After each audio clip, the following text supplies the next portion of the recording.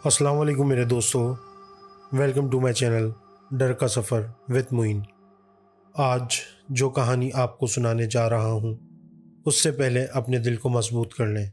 ये एक ऐसी सच्ची कहानी है जिसमें सिर्फ खौफ ही खौफ है।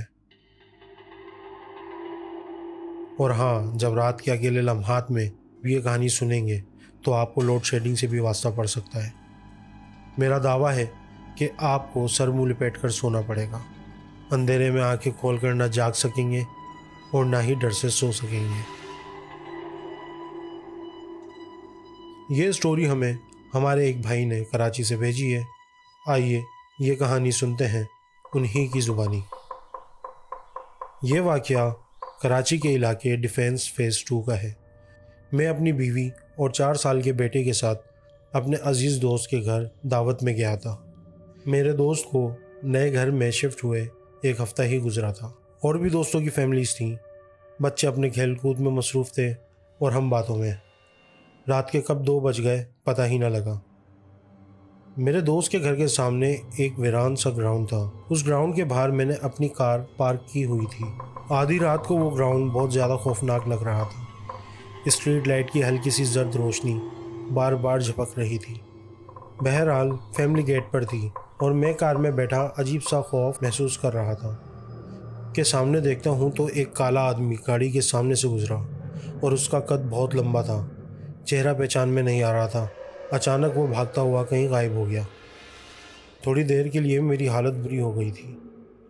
गाड़ी स्टार्ट की और फैमिली की तरफ चला गया। मेरी बीवी और बेटा गाड़ी में बैठे और घर की जानिब रवाना हो गए। गाड़ी में खामोशी थी और रोड पर सन्नाटा। स्ट्रीट लाइट के पोल एक के बाद एक गुजरे जा रहे थे। मैं अपनी सोच में गाड़ी चला रहा था।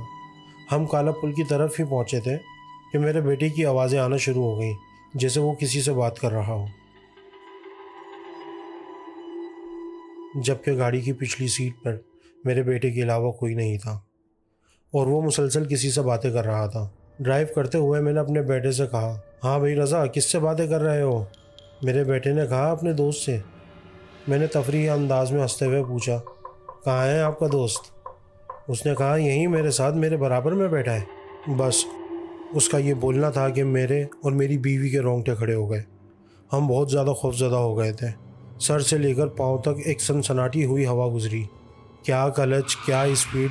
डर से पूरी गाड़ी लहरा गई थी। मैंने तेज़ आवाज़ में आयतल कुर्सी और चारों कुल पढ़ना शुरू कर दी। इतने में मेरा बेटा भी खामोश हो गया था।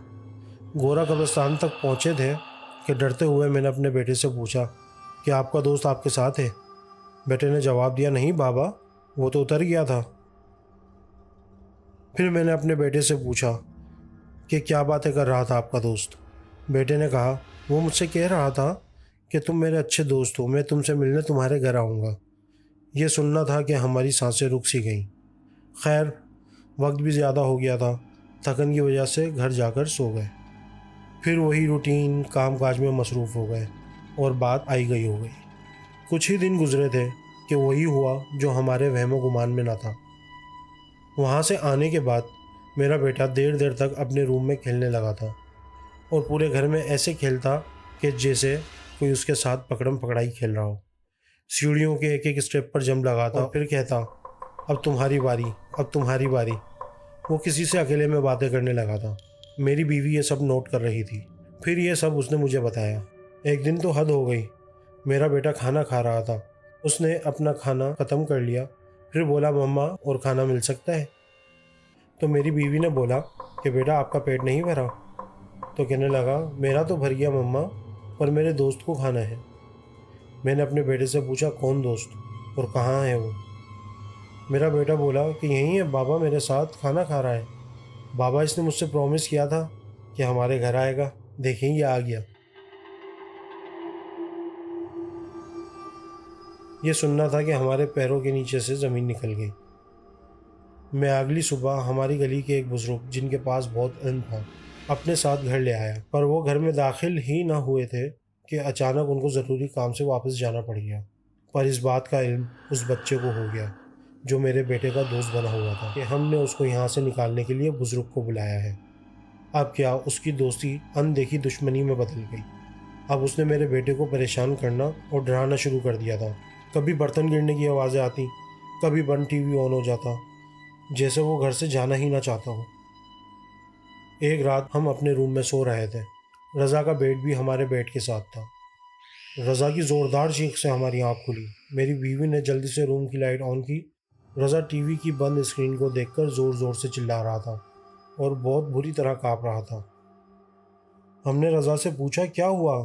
وہ بس اسکرین کو ہی دیکھ رہا تھا اور اسے وہاں کوئی نظر آ رہا تھا۔ انگلی سے اشارہ کر کے بول رہا تھا بھوت بھوت، پر وہاں ہمیں کچھ نظر نہیں آ رہا تھا سوائے ٹی وی کی کالی اسکرین کے۔ میری بیوی نے اسے کندھوں سے پکڑ کر جھنجھوڑا اور اس کی نظر وہاں سے ہٹائی۔ بھلا پھسلا کر ہم نے اسے چپ کروایا، اور بس اس وقت میری زبان پر سورہ فلق اور سورہ ناس تھی۔ رضا نے ہمیں بتایا کہ ٹی وی میں سے ایک سرکٹا آدمی نکل کر زمین پر گرا تھا، اور وہ کھڑا ہوا تو اس کے لمبے لمبے پٹ تھے۔ اگلی صبح رضا کے بہت تیز بخار تھا۔ میں دوبارہ ان بزرگ کے پاس گیا۔ وہ بزرگ بہت ضعیف تھے، لہٰذا بار بار آنا ان کے لیے مشکل تھا۔ میں نے انہیں پہلے دن سے لے کر اب تک کے ہونے والے تمام واقعات بیان کر دیے تھے۔ پھر وہ چلنے کے لیے راضی ہوئے۔ گھر پر آتے ہی انہوں نے ایک ایک کونے کا جائزہ لیا اور ساتھ ساتھ پڑھائی کرتے رہے۔ کہنے لگے کہ اسے وہیں چھوڑنا ہوگا جہاں سے لے کر آئے ہو۔ میں سمجھا نہیں، میں نے ان بزرگ سے کہا۔ پھر انہوں نے مجھے بتایا آپ لوگ رات کے اندھیرے میں کسی اور مخلوق کو بھی اپنے ساتھ لے آئے ہو جو آپ کے بیٹے کے ساتھ رہنا چاہتی ہے، آپ کے بیٹے کی عمر کی ہے۔ میں نے کہا یہ کیسے واپس جائے گا؟ تو انہوں نے مٹھائی منگوائی اور اس پر دم وغیرہ کیا اور کہا کہ اسے پوری رات اپنے گھر میں رکھو اور صبح ہوتے ہی اس ڈبے کو اسی گراؤنڈ میں رکھ دینا جہاں آپ نے کار پارک کی تھی، اور ایک تعویذ میرے بیٹے کو پہننے کے لیے دیا۔ بہرحال انہوں نے مجھے جیسا بتایا میں نے ویسا ہی کیا۔ آہستہ آہستہ میرا بیٹا بھی ٹھیک ہونے لگا اور اس کا ڈر بھی ختم ہونے لگا، گھر بھی پرسکون ہو گیا تھا۔ آج اس بات کو گزرے 8 سال ہو گئے ہیں، لیکن جب بھی یہ واقعہ یاد آتا ہے تو رونگٹے کھڑے ہو جاتے ہیں۔ تو دوستو، یہ تھی ہماری آج کی سٹوری۔ کیسا لگا آپ کو ڈر کا سفر؟ کمنٹس کر کے ضرور بتائیے گا۔ آپ کو سٹوری پسند آئی ہو تو ویڈیو لائک اور شیئر ضرور کیجیے گا، اور ہمارا چینل سبسکرائب کرنا نہ بھولیے گا۔ ملتے ہیں اگلی ویڈیو میں، تب تک کے لیے اپنا خیال رکھیے گا۔ اللہ حافظ۔